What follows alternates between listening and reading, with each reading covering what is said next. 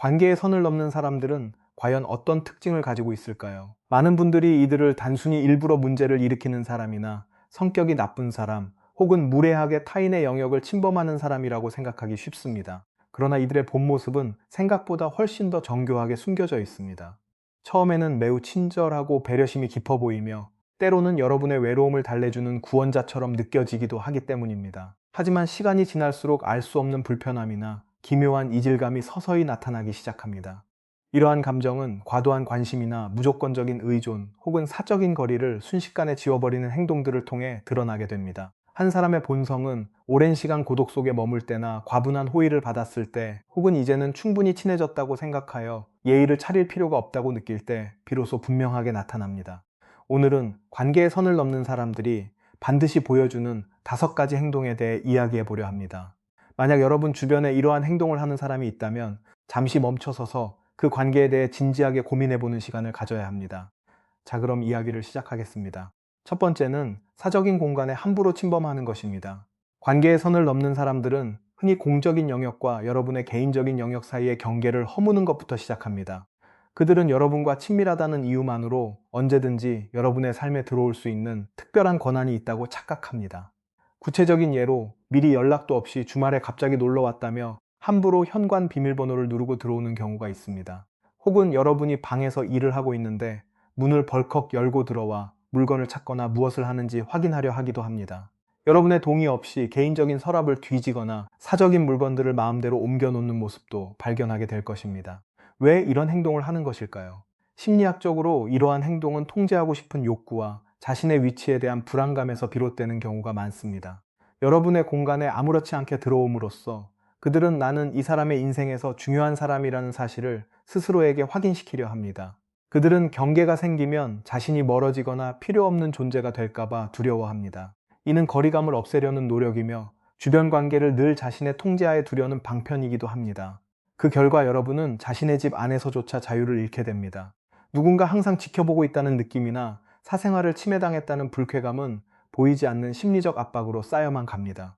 만약 여러분이 제때 목소리를 내지 않는다면 이러한 행동은 고치기 힘든 습관이 될 것이며 그들은 점점 더 선을 넘으려 할 것입니다. 결국 여러분은 에너지를 충전할 개인적인 공간이 전혀 없다는 느낌을 받게 될 것입니다. 여러분을 위한 조언은 여러분이 경계를 설정하기 시작했을 때 그들의 반응을 잘 관찰해 보라는 것입니다. 일반적인 사람들은 사생활을 존중해 달라는 요청을 받으면 기분 좋게 받아들이고 여러분을 이해해 줄 것입니다. 반대로 선을 넘는 사람들은 오히려 상처받은 척하거나 여러분이 너무 차갑다거나 융통성이 없다고 비난할 것입니다.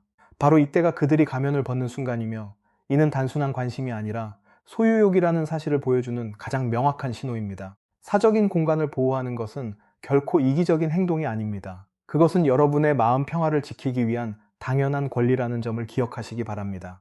두 번째는 감정적으로 지나치게 의존하는 것입니다. 관계의 선을 넘는 사람들은 물리적인 공간뿐만 아니라 여러분의 정신적인 공간까지 점유하려 합니다. 그들은 자신의 아픔이나 외로움, 혹은 개인적인 어려움에 대해 지나치게 깊은 내용까지 자주 공유하려 합니다. 여러분은 이들이 몇 시간씩 전화를 걸어 과거의 불행을 토로하거나 자신들이 괜찮지 않을 때마다 무조건 이야기를 들어주고 조언을 해달라고 요구하는 상황을 마주하게 될 것입니다. 심지어 여러분이 가장 개인적인 시간을 보내야 할 때조차 끊임없이 메시지를 보내 위로를 갈구하기도 합니다. 왜 이런 행동을 하는 것일까요? 심리학적으로 이러한 행동은 내면의 결핍을 채우기 위해 어딘가에 매달리려는 닷을 찾으려는 욕구에서 비롯됩니다. 그들은 자신의 감정을 스스로 책임지려 하기보다는 여러분을 치료사나 안전한 피난처로 생각합니다. 이들은 여러분으로부터 지속적인 관심과 확인을 받을 수 있는 의존적인 관계를 형성하기 위해 이런 행동을 합니다. 만약 여러분이 이러한 감정적인 요구를 충족시켜주지 못하면 그들은 버림받았다고 느끼며 여러분에게 죄책감을 심어주기 위해 피해자라는 심리를 자극할 것입니다. 그 결과 여러분은 친절함의 희생자가 되고 맙니다. 그들의 부정적인 감정까지 짊어지게 되면서 정신적으로 완전히 소진될 수 있습니다. 초기의 친밀함은 퇴색되고 여러분은 원치 않는 지원자 역할을 하게 되어 관계의 건강한 균형은 깨지게 됩니다. 여러분은 그들을 구원하느라 너무 바빠서 정작 자신의 삶을 돌볼 시간을 잃어버리게 될 것입니다. 여러분을 위한 조언은 구원자가 아닌 동반자가 되는 법을 배우라는 것입니다. 여러분은 이야기를 들어줄 수는 있지만 절대로 상대방의 감정 소용돌이에 휘말려서는 안 됩니다. 이러한 징후를 발견하면 처음에 확실하게 선을 그어야 합니다. 당신의 이야기는 기꺼이 들어줄 수 있지만 지금은 당신의 문제를 함께 해결해줄 에너지가 없다고 분명히 말해야 합니다. 여러분을 진심으로 존중하는 사람이라면 이해하겠지만 관계의 선을 넘는 사람들은 그 동정심을 조종하려 할 것입니다. 여러분 스스로가 평온하고 단단할 때만 다른 사람을 진정으로 도울 수 있다는 사실을 꼭 기억하시기 바랍니다.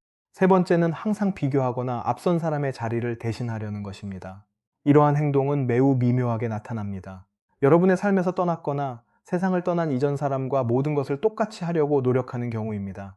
그들은 고이든 아니든 식습관이나 말투는 물론 집을 가꾸는 방식이나 물건을 배치하는 방법까지 흉내내며 마치 그 사람이 여전히 곁에 있는 것 같은 착각을 불러일으킵니다. 예를 들어 예전 사람과 살 때 여러분이 좋아했던 음식을 똑같이 요리하거나 그 사람이 즐겨 입던 옷이나 향수를 사용하고 자주 하던 말을 반복하기도 합니다. 왜 이런 행동을 하는 것일까요? 심리학적으로 이는 자신의 위치를 인정받고 싶은 열망과 이전 사람이 남긴 빈자리를 채우려는 욕구에서 비롯됩니다.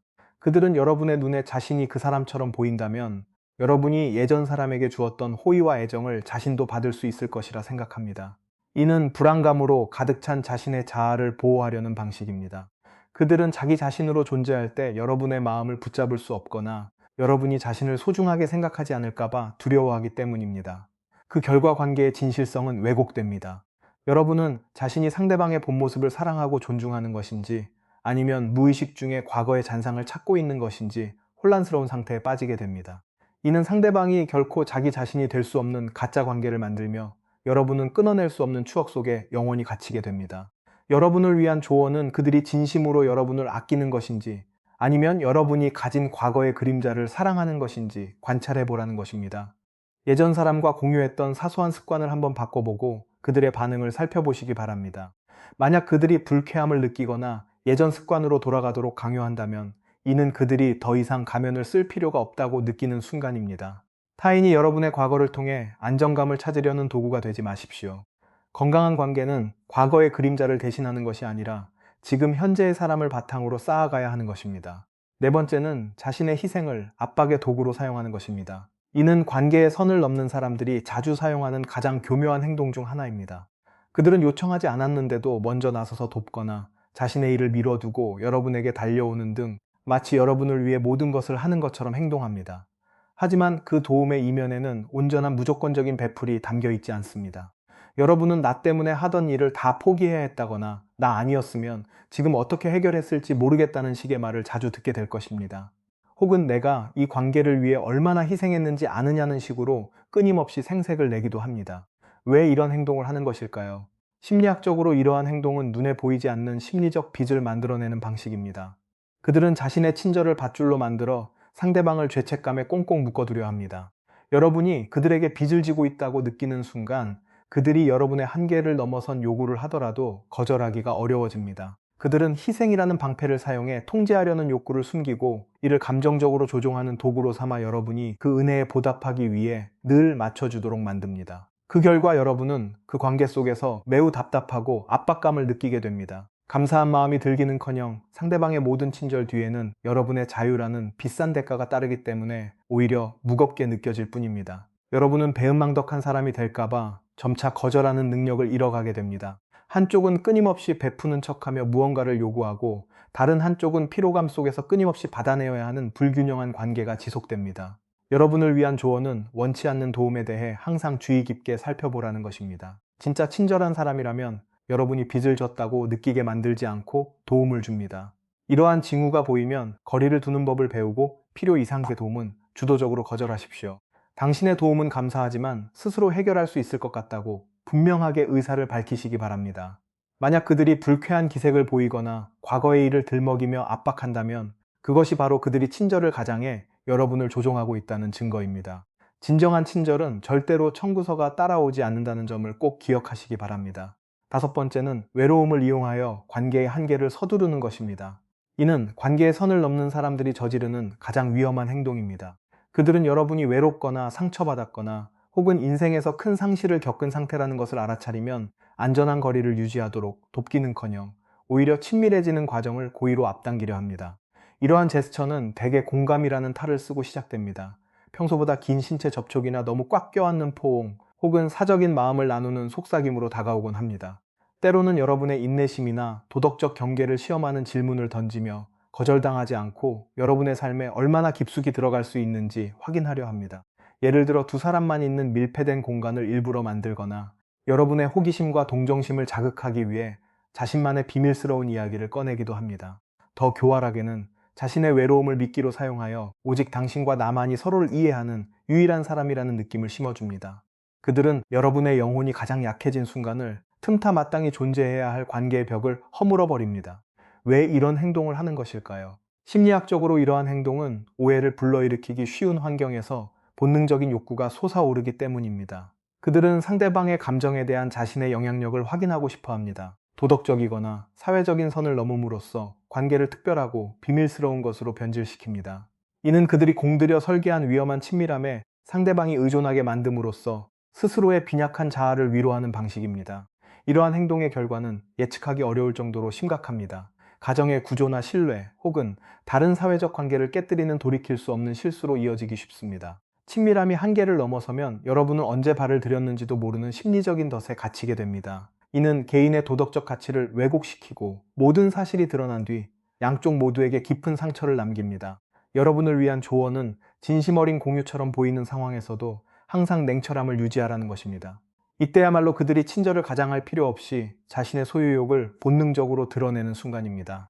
깨어있는 눈으로 관찰하십시오. 진정으로 여러분을 존중하는 사람이라면 여러분이 아무리 외로워도 항상 안전한 거리를 유지할 것입니다. 하지만 관계의 선을 넘는 사람은 그 외로움을 기회로 삼을 것입니다.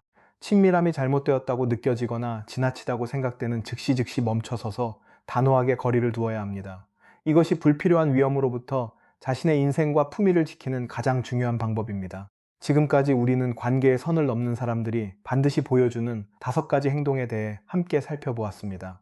이러한 행동들은 처음에는 그저 사소한 불편함일 뿐이라 생각하며 혹시 내가 너무 예민한 것 아닐까 하며 스스로를 다독였을지도 모릅니다. 하지만 관계가 길어질수록 이러한 행동들이 여러분의 심리와 일상에 미치는 영향은 점점 더 커질 것입니다. 관계는 여러분의 삶을 담아내는 환경과 같습니다. 즉 누구와 교류하느냐에 따라 여러분의 평온함과 행복 혹은 삶의 고단함이 크게 달라질 수 있습니다. 때로는 우리가 너무 관대해서 경계를 설정하는 것이 차가운 행동이 아니라 양쪽 모두를 위해 반드시 필요한 존중이라는 사실을 잊곤 합니다. 그러니 오늘부터 어떤 기묘한 이질감이나 불편함이 느껴진다면 그 감정을 소중히 여기고 여러분의 직관에 귀를 기울이시기 바랍니다. 그것이 바로 여러분 마음이 보내는 조기 경보 시스템입니다. 그 느낌을 성급하게 외면하지 마십시오. 조기에 인지하고 안전한 거리를 확보하는 것이야말로 불필요한 침해로부터 여러분의 삶을 지키는 가장 중요한 방법이기 때문입니다. 만약 오늘 영상이 여러분에게 새로운 관점을 제시했거나 작은 평안함을 주었다면 저는 정말 기쁠 것입니다. 이 콘텐츠가 유익했다면 좋아요를 눌러주시고 채널을 구독하여 주시면 제가 앞으로 더욱 깊이 있는 심리 주제를 나누는데 큰 힘이 될 것입니다. 그리고 아래 댓글란을 통해 여러분의 생각을 들려주시기 바랍니다. 오늘 이야기한 5가지 외에 관계의 선을 넘는 사람들에게 또 어떤 의심스러운 행동이 있다고 생각하시나요? 혹은 살면서 이와 같은 사람을 직접 겪어보신 적이 있으신가요? 여러분의 이야기를 꼭 듣고 싶습니다. 경험을 자유롭게 공유해 주시기 바랍니다. 그럼 다음 영상에서 다시 뵙겠습니다.